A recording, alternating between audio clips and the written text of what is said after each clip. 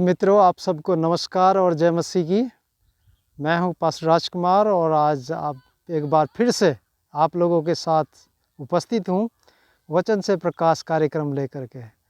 आज का जो वचन है वो प्रभु यीशु मसीह यहूदियों के साथ में संबोधन कर रहे हैं और प्रभु यीशु मसीह चाह रहे हैं कि जो भीड़ प्रभु यीशु मसीह के पीछे चली है वो भीड़ मजबूत होती जाए, वचन में, आत्मिकता में और प्रभु के अनुग्रह में बढ़ती चली जाए।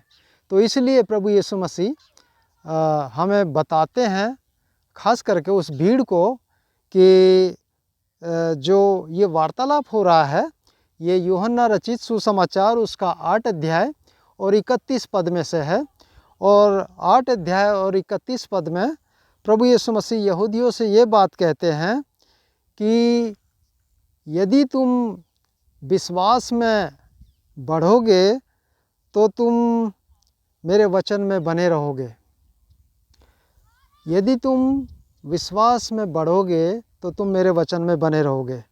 तो यहाँ से हम कई बातें सीखते हैं कि जो भीड़ प्रभु यीशु मसीह के पीछे चली थी, जिन्होंने निर्णय लिया था कि हम प्रभु यीशु मसीह के अनुयायी बनेंगे, प्रभु यीशु मसीह उनको केवल नाम के अनुयायी नहीं बनाते, बल्कि जो अलग हुए थे भीड़ से, जिन्होंने प्रभु पर आस्था जताई, प्रभु यीशु मसीह चाहते हैं कि वो लोग विश्वास में मजबूत हों, और ना केवल विश्वास में मजबूत हो बल्कि विश्वास का पहला कदम उठा करके जब वो आगे बढ़ें तो बाइबल हमें बताती है कि आपको वचन में अबाइड करना है। You will have to abide in Christ word. प्रभु यीशु मसीह के पवित्र वचनों में आपको बने रहना है। और हम किस प्रकार से प्रभु के पवित्र वचनों में बने रह सकते हैं? तो पहला देखिए, कुछ लोगों ने प्रभु यीशु मसीह को पीछे चलने का यहाँ पर एक संकेत दिया है। और प्रभु यीशु कह रहे हैं भीड़ से कि तुम अलग तो हो गए हो, चेला बनने के लिए कदम तो उठा लिया है, लेकिन अब तुम्हें मेरे वचन में बना रहना पड़ेगा। और पवित्र बाइबल हमें बार बार इस बात को दर्शाती है कि जितने लोगों ने प्रभु यीशु के पीछे चलने का फैसला किया, वो लोग वचन में बढ़ने लगे, वो वचन पढ़ने लगे, वो लोग वचन सुनने लगे, वो लोग वचन के फॉलोवर्स बने। तो अगर कोई भी भाई, कोई बहन इस बात को कहता है कि मैं विश्वास करता हूँ, तो उसको अपने जीवन में ये भी दर्शाना होगा कि वो प्रभु के पवित्र वचन से प्रेम करता है, उसको पढ़ता है, उसको सुनता है, उस पर चलता है।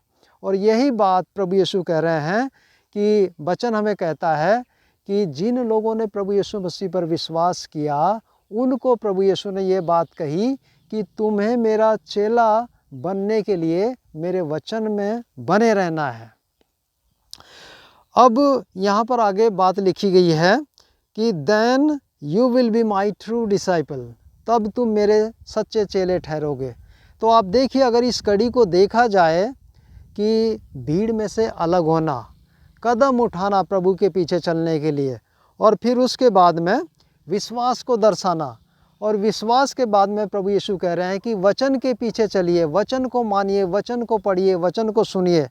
और फिर प्रभु यीशु कहते हैं कि तब तुम मेरे वास्तविक चेले ठहरोगे। तो प्रभु यीशु के वास्तविक चेले ठहरने के लिए, बनने के लिए मुझे और आपको कुछ चीज़ें करनी हैं।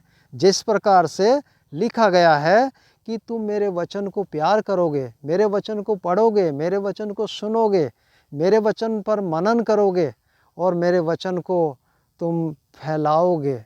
तो इस प्रकार से एक सच्चा चेला, एक सच्चा मसीही अपने जीवन को दर्शाता है कि देखो मैं अलग हो गया हूँ, मैं भीड़ से अलग हूँ, मैं प्रभु यीशु मसीह का अनुयायी हूँ। तो आज का जो वचन है वो हमें इस बात को दर्शाता है कि एक सच्चा चेला किस प्रकार का हो सकता है, सच्चा चेला कैसे कहलाएंगे, सच्चा चेला कैसे बनेगा। तो सच्चा चेला वो है जो भीड़ से अपने आप को अलग करता है, प्रभु यीशु मसीह के पीछे चलने का निर्णय लेता है, विश्वास करता है, आस्था जताता है, और उसके बाद में प्रभु के वचन का पीछा करता है, प्रभु के वचन पर वो मनन करता है, मेडिटेट करता है। और उसके बाद प्रभु का वचन कह रहा है कि then you will be my true disciple, तब तुम मेरे सच्चे चेले ठहरोगे। तो सच्चे चेले ठहरने के लिए हमें इन कड़ियों को निभाना पड़ेगा, इन कदमों को लेकर के चलना पड़ेगा। और उसके बाद में बहुत ही मज़ेदार वचन जो हम अक्सर कह देते हैं कि तुम सत्य को जानोगे और सत्य तुम्हें स्वतंत्र करेगा।